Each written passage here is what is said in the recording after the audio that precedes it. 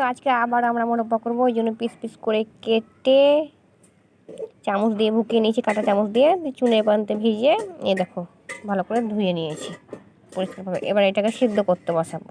তে হালকা একটু জল দিতে হবে।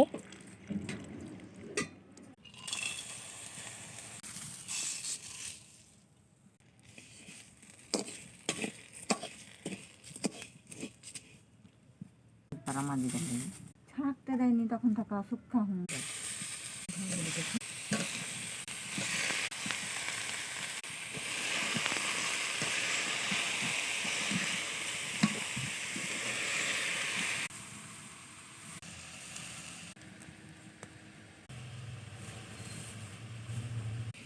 কি অবস্থা, লাল হয়ে গেছে পুরো। কাল রাতে স্টার্ট করেছি, আবার সকালে করলাম, আবার এখন ভাত রান্না চুলোতে 3বার করতে এটা, তবুও মানে হচ্ছে না।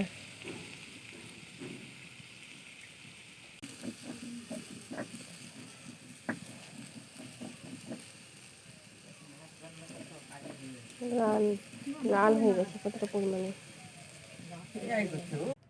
তো এই দেখো একটা একটা করে সাজিয়ে দেয় লাল টকটকানি।